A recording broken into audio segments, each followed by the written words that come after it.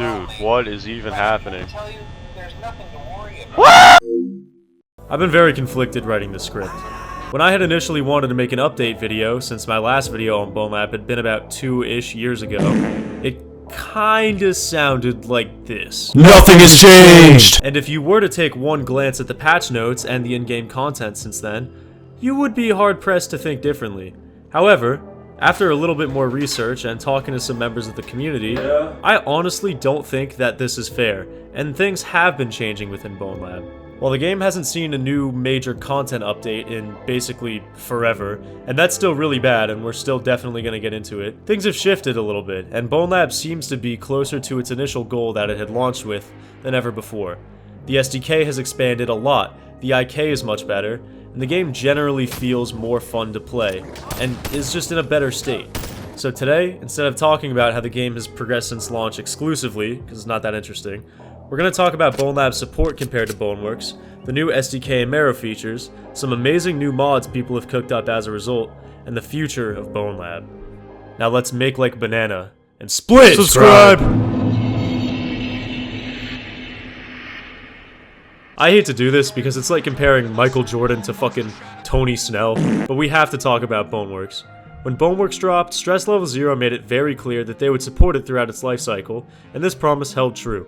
During the 3-year time frame between release and Bonelab, Boneworks moved through 21 builds, received 5 major updates, and several minor patches. Each major update introduced notable content, including very important level end bug fixes, new maps, new items, and functionality. Although it didn't get the fastest updates, or maybe as many as everybody wanted, Boneworks still grew to be a much rounder game than its initial launch thanks to SLZ's continued support. SLZ also promised to support Bonelab like they did with Boneworks. Since launch, Bonelab has gotten 6 patches, which add in just enough content to equal, to me, about 1 major update. This update, or aka all the patches, in terms of content, have included not a lot.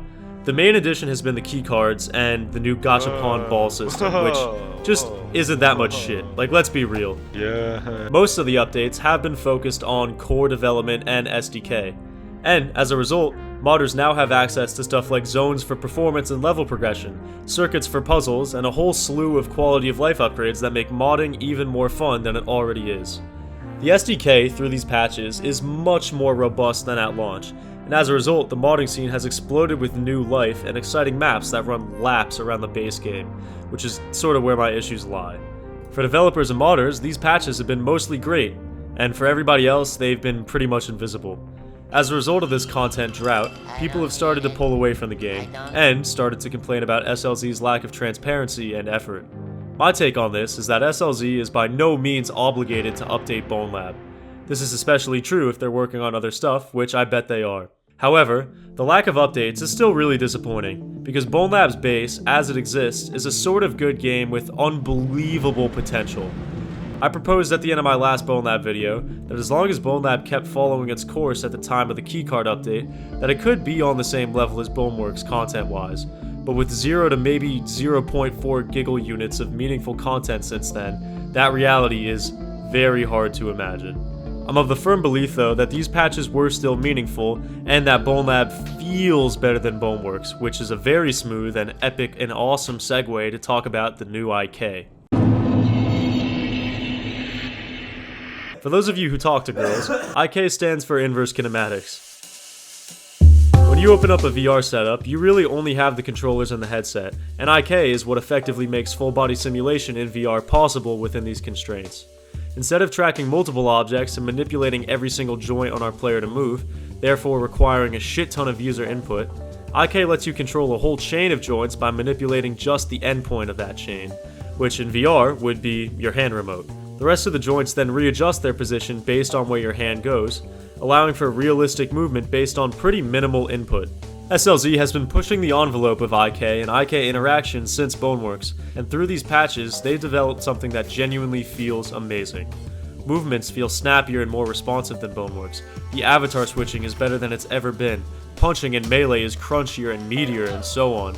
It's genuinely really impressive how they've refined the avatar IK, and I can imagine it probably took a shit ton of time, testing, and math to fine-tune.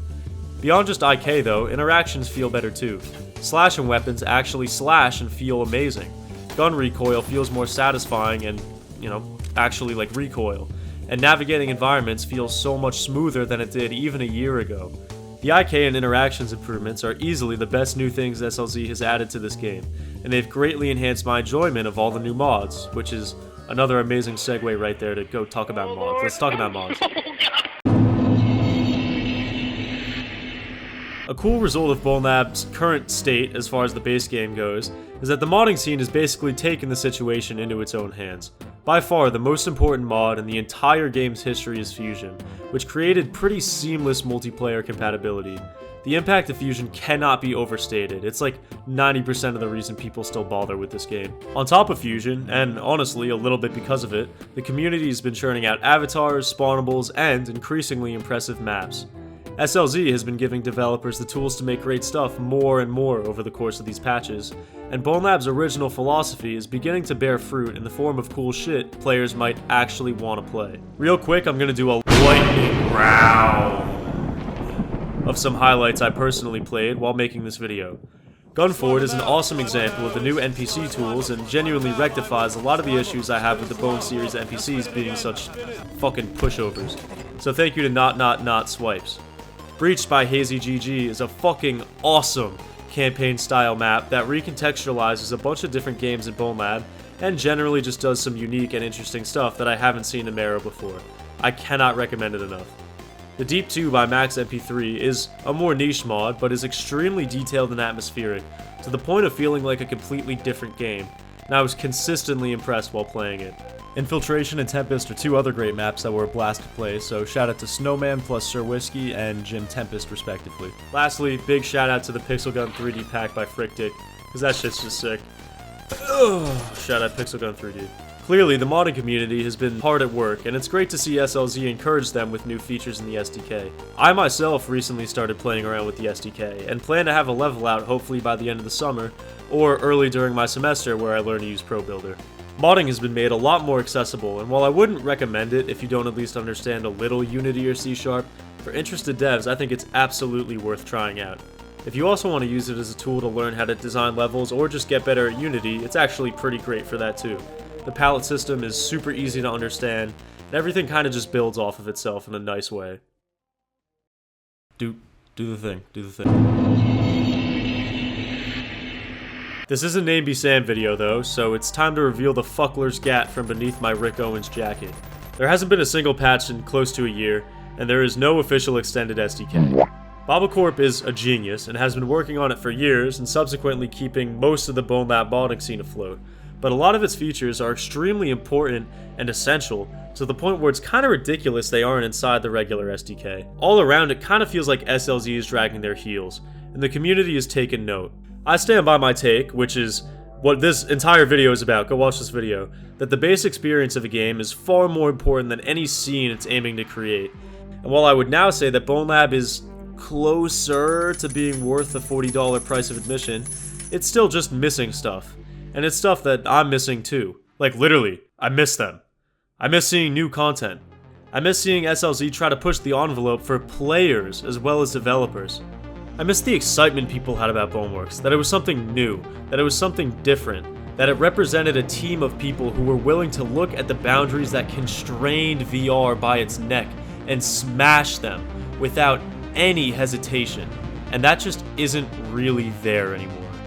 Bonelab is always going to be Boneworks' stupid, weird, little fucking cousin, but it's kind of a stupid and weird little cousin that I dap up every so often.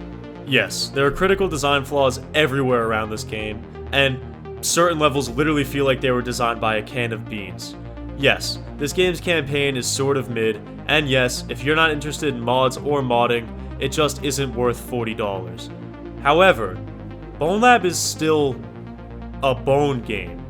It's still a remarkable piece of programming, a remarkable piece of game development, and SLZ is still a remarkable studio who created a special, special world.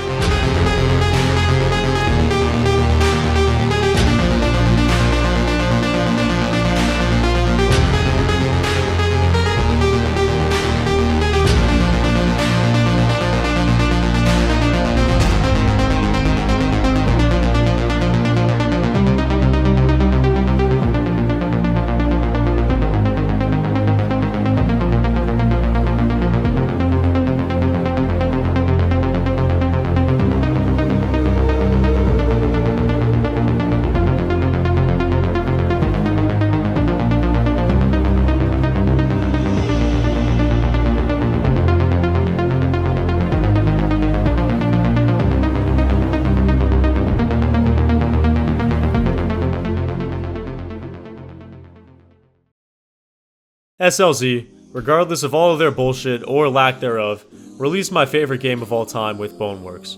They helped to give me a little bit of a platform with Bonelab.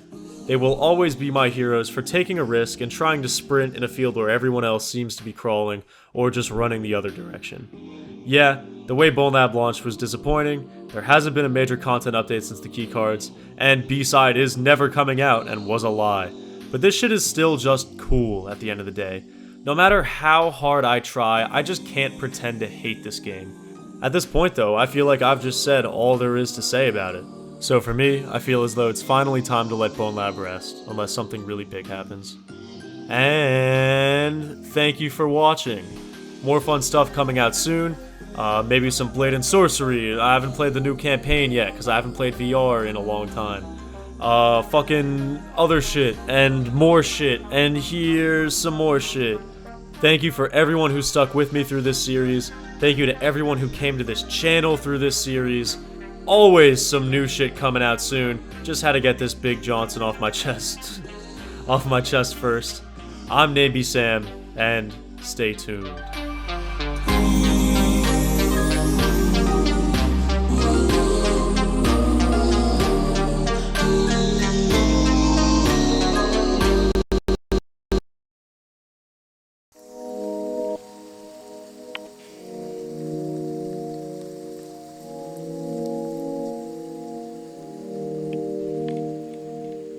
It's done. It's finished. But I'm not making any more of this shit for the company. We're supposed to be Virtual.Engineering.Immersion.Labs, but what have we actually made? Just that stupid fucking headset.